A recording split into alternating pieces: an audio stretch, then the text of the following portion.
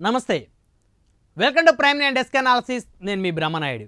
Megastar Chiranjeevi Telugu రాజకీయాల్లో ఈ పేరు ఒక సంచలనం. సినిమా రంగంలో ఆయన ఎప్పటికీ మెగాస్టారే. సహాయం చేయటంలో ముందు వరుసలో ఉండేటువంటి వ్యక్తి. అయితే అలాంటి మెగాస్టార్ ఎక్కడ ఏ కష్టం వచ్చినా నేనున్నానంటూ వెంటనే వాలిపోతారు.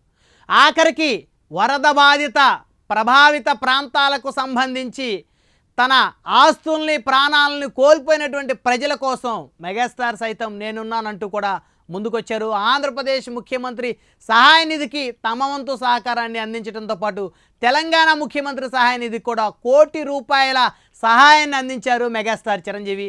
కొద్దిసేపటి క్రితమే ముఖ్యమంత్రి రేవంత్ రెడ్డిని కలిసి మరీ ₹1 కోటి చెక్ని అందించారు మెగాస్టార్ చిరంజీవి.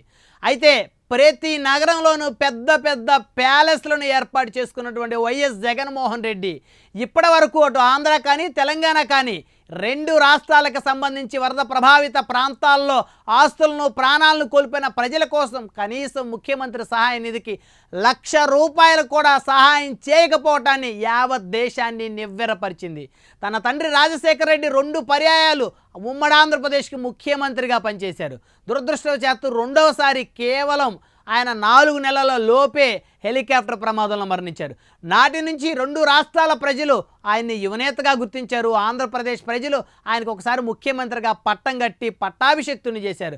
అయినప్పటికీ కూడా ప్రజల మీద వైఎస్ జగన్కి ఉన్నది కోపమా, లేకపోతే ప్రభుత్వాధినేతల మీద ఉన్నటువంటి ఆయనకున్న కోపం ప్రజల పాలిట శాపంగా మారిందా?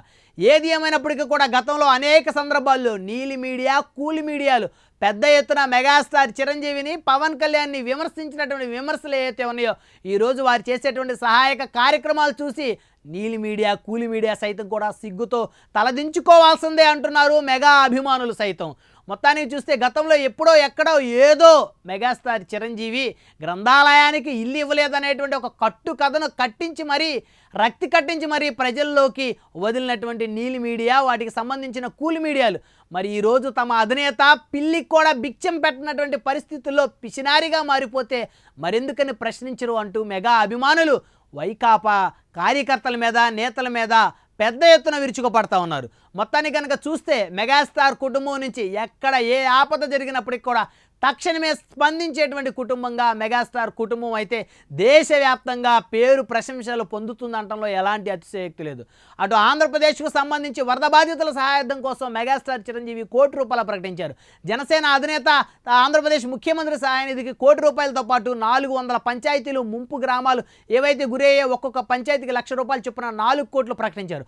అదేవిధంగా గత వారం ఈ తెలంగాణ ముఖ్యమంత్రి రేవంత్ రెడ్డిని కలిసి మరీ ₹1 కోటి తెలంగాణ ముఖ్యమంత్రి సహాయ నిధికి ప్రకటించారు.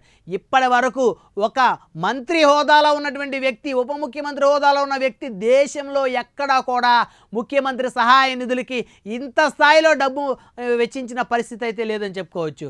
అలాంటి తన సోదరుడు మెగాస్టార్ చిరంజీవి సైతం కూడా అటు ఆంధ్రప్రదేశ్ అదేవిధంగా తమిళనాడు అదేవిధంగా కేరళ వరద ప్రభావిత ప్రాంతాలకు సైతం కూడా తమ కష్టార్జితాన్ని ₹1,00,000 దానం చేస్తూ మెగా కుటుంబం అందరికీ ఆదర్శంగా నిలుస్తోంది. కానీ లక్షల కోట్ల రూపాయల ప్రజాధనాన్ని సంపాదించినప్పటికీ కూడా జగన్మోహన్ రెడ్డి ₹1 కూడా ఇవ్వకపోవటం ఏదైతే ఉందో యావత్ ప్రజానీకాన్ని నివ్వెరపరిచేలా చేస్తూ ఉంది. ఇప్పటి వరకు 2 తెలుగు రాష్ట్రాలకు ₹1 కూడా ముఖ్యమంత్రి సహాయ నిధికి డబ్బులు ఇవ్వనటువంటి జగన్మోహన్ రెడ్డి ఇకనైనా ఇచ్చేటువంటి ఆలోచన ఏమైనా ఉంటుందా లేదా అనేది వేచి చూద్దాం.